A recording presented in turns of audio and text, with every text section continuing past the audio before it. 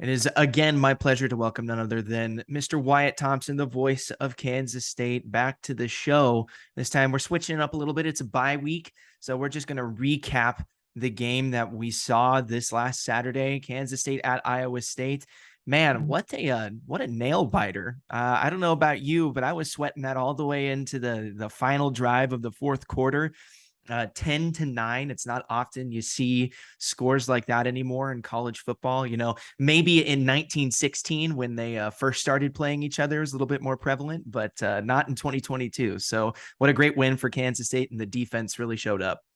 Well, they did. It was really, in all honesty, a very, very hard fought game, very physical game, tough, whatever you want to say. You get a score early, and you didn't realize at the time how important that would be because scoring was at such a premium. I mean, Yeah. if you think about it, K-State scored 41 points at Oklahoma. They'd had a lot going. They were rushing for 267 yards a game, but they ran into a defense that is exceptionally well coordinated from my perspective. I think the K-State coaches would agree with that. Every yard was tough, and to get out of there with a win in those circumstances where you miss a 33-yard field goal after a good drive, you you have a situation where you have to run the ball at the end and run the game out. You do. You had a touchdown basically that you muff it right near the goal line. So there were a lot of things that you could point to, but at the end of the day, it's a 1-point win, and you're 3-0 in the league, which is hugely important, but maybe even more so 2-0 on the road in conference play, and that is really big when you're in that situation where you have 5 conference road games this year. Yeah, and a couple of the pundits that I've listened to about the Big 12 and Kansas State this last week, they've said, if you're able to pick up a win on the road against Iowa State, then you have that bye week. You're able to heal up a little bit, really put together a really solid scheme for TCU. And speaking of TCU, the TCU KU game, that was quite the game as well. There's like a defensive chess match in the first half. Then all of a sudden, nobody knew how to play defense, and it was touchdown after touchdown and all this other business. And then TCU is able to come away with it there at the end, 38-31. But I think that this is going to be a really important matchup for Kansas State in the future. But you know what? If you're trying to get to Arlington, this is huge, because now if you needed to, with how wide open the Big 12 is, you could afford to lose 2 games. It's all about the tiebreakers, right? And right now you've got tiebreakers against Oklahoma and Iowa State and Texas Tech. Now you just need to go pick up an Oklahoma State and a Texas. And if you're able to do that, you could probably afford to lose to TCU and still find yourself potentially in a championship game. Well, it's very interesting when you look at the standings, and yes, it's very early, but K-State is 3-0. Probably a little bit of a surprise to some. Oklahoma State is 2-0. That's probably not necessarily a surprise. Then you've got another surprise with TCU at 2-0. But then you've got Kansas at 2-1, Texas at 2-1, and Baylor at 1-1. It gives you an idea that this isn't exactly playing out to perfection in terms of what everybody thought it would be. Yeah. We've all said, Kolby, this, that the league is very balanced. It is very even. It's hard to even say at this particular point, Team A is the absolute best team in the conference right now, and Team B is the absolute easy pick for the poorest team in the conference. You can't really do that at this moment.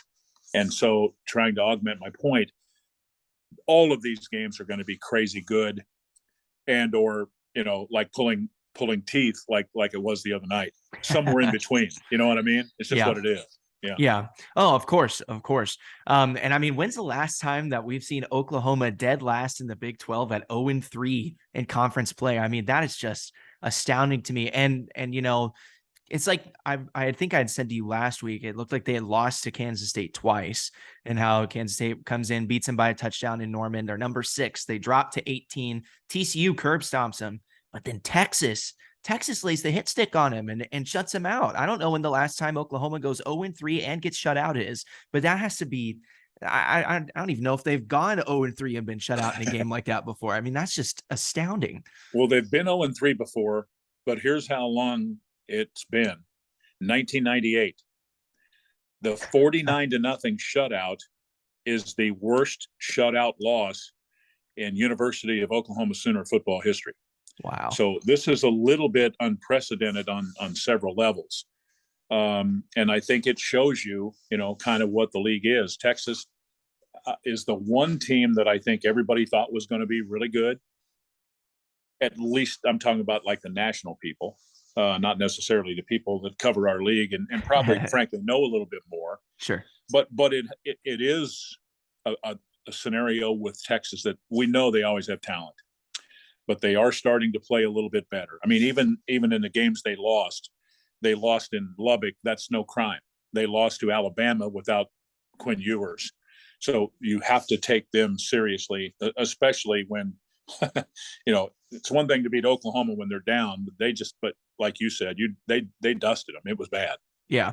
Well, so back to Iowa State. Adrian Martinez goes 12 of 19, 246 yards. It's kind of deceiving that he averaged 12.9 yards per completion because there's a couple of broken plays that folks were able to get open, i.e. Phillip Brooks on the opening touchdown of the game for the Wildcats. Then Malik Knowles, he went 1 of 1, a nice little trick play through a dart to into double coverage. Actually, it was pretty impressive. If he had a little bit more arm strength, he might have been able to put it down the field. But I was broadcasting the game from Wildcat 91.9, and I said, "Oh, a little Philly there."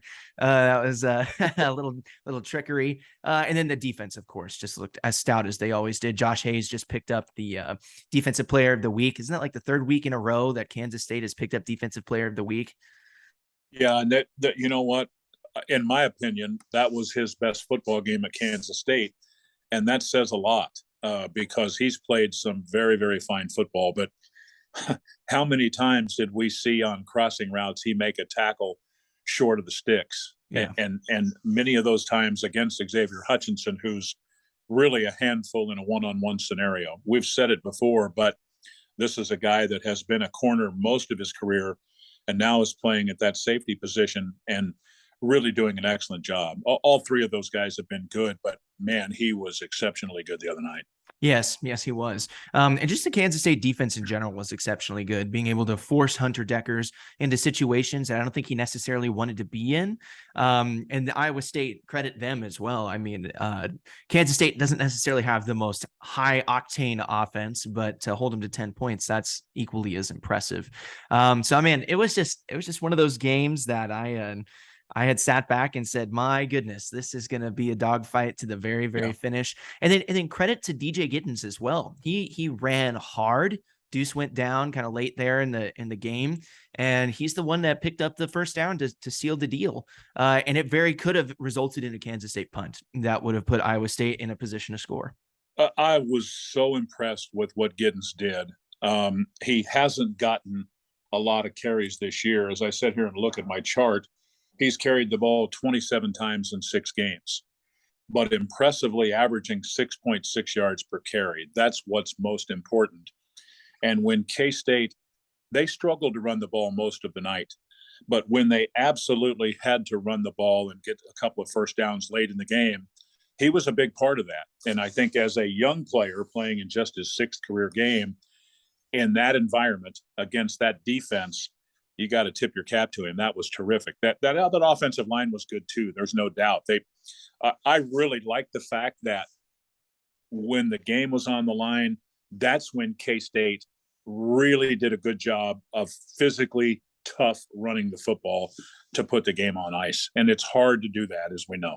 Yeah, very hard indeed.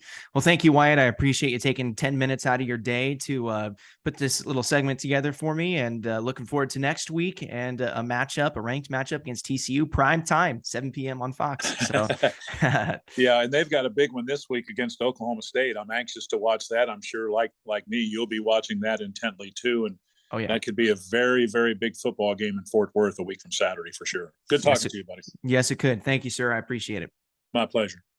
What's going on, YouTube? This is Kolby Van Camp here, the host of Training Camp on Kansas State University student radio station Wildcat 91.9 FM. If you like the content that I've been putting out, be sure to hit the like button, smash subscribe, and ring the heck out of that bell so that you never miss another one of my shows again.